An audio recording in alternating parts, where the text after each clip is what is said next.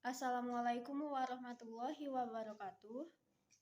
Perkenalkan, kami dari kelompok 1 yang beranggotakan saya sendiri, Lorenza, Nabilah, dan juga Hana Aurelia Lutfi akan mempresentasikan hasil kerja kelompok kami.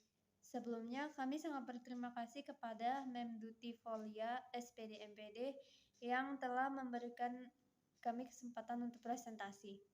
Baiklah, langsung saja. Teori-teori belajar. Yang pertama, ada teori kognitivisme, yaitu teori pembelajaran yang disebut dengan mode perseptual, yaitu menekankan untuk mengoptimalkan kemampuan rasional dan proses pemahaman terhadap objek. Oleh karenanya, tingkah laku seorang anak dapat dinilai dari penerimaan dan pemahaman, bukan dari tingkah laku yang tampak saja. Penerapan teori kognitivisme ini dengan cara eksperimen sosial. Baiklah, saya di sini akan menjelaskan pengertian dari teori humanisme dan teori konstruktivisme. Dimulai dari teori humanisme. Teori humanisme adalah sebuah teori yang memanusiakan manusia, di mana seorang individu, dalam hal ini peserta didik, dapat menggali kemampuannya sendiri untuk diterapkan di dalam lingkungannya. Ada beberapa penerapan teori humanisme dalam pembelajaran. Yang pertama, guru dapat memberikan reward kepada peserta didik yang telah berhasil melakukan suatu hal agar peserta didik tersebut dapat termotivasi dalam pembelajaran. Lalu, peserta didik perlu dihindarkan dari tekanan pada lingkungan sehingga mereka merasa aman untuk belajar lebih mudah dan bermakna. Dan yang terakhir, guru harus memfasilitasi peserta didik dengan memberikannya sumber belajar yang variatif, interaktif dalam mendukung kegiatan pembelajaran. Esensi belajar bermakna akan terjadi apabila dalam proses pembelajaran melibatkan aspek pikiran dan perasaan. Sebaliknya, belajar yang tidak bermakna terjadi jika proses pembelajaran melibatkan aspek pikiran, akan tetapi tidak melibatkan aspek perasaan peserta didik. Baiklah, yang terakhir yaitu teori konstruktivisme. Teori ini memberikan kebebasan kepada orang yang ingin belajar atau mencari kebutuhannya dengan kemampuan menemukan keinginan atau kebutuhannya tersebut dengan bantuan orang lain.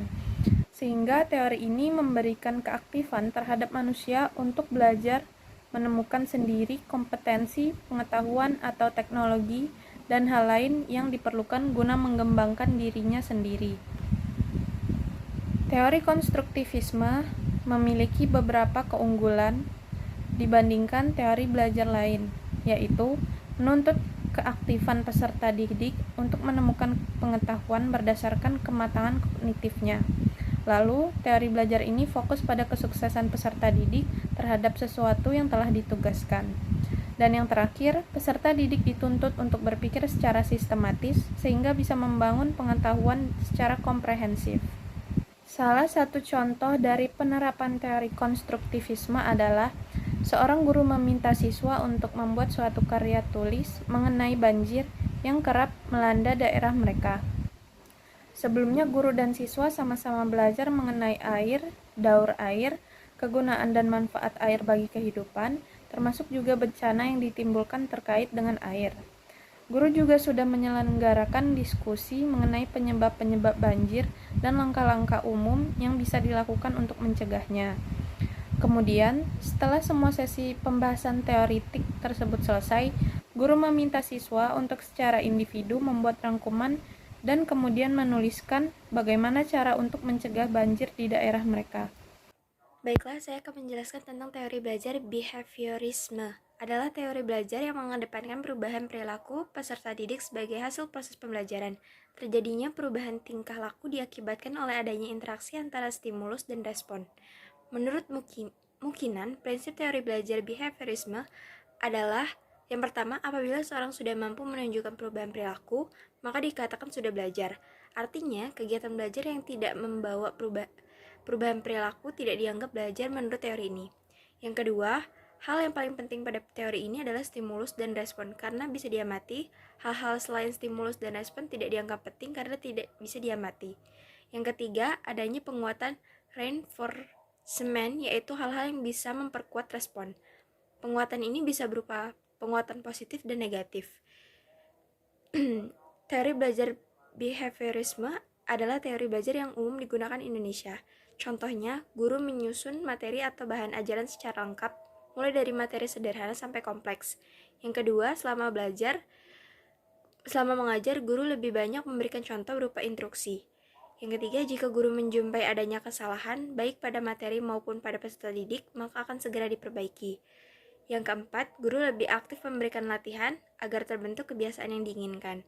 Yang kelima, memberikan evaluasi berdasarkan perilaku yang terlihat. Adapun kelebihan dan kekurangannya.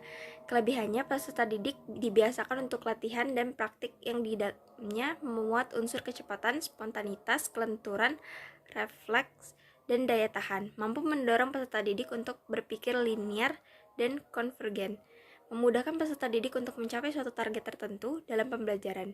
Yang kedua, kekurangannya adalah membatasi kreativitas, produktif, dan imajinasi peserta didik.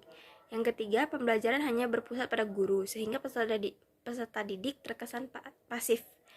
Yang ketiga, berpotensi menimbulkan hukum verbal dan fisik, seperti memberikan hukuman peserta didik yang melanggar aturan atau bahkan menjewer.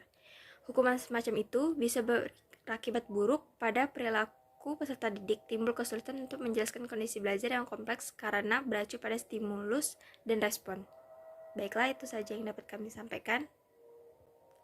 Terima kasih.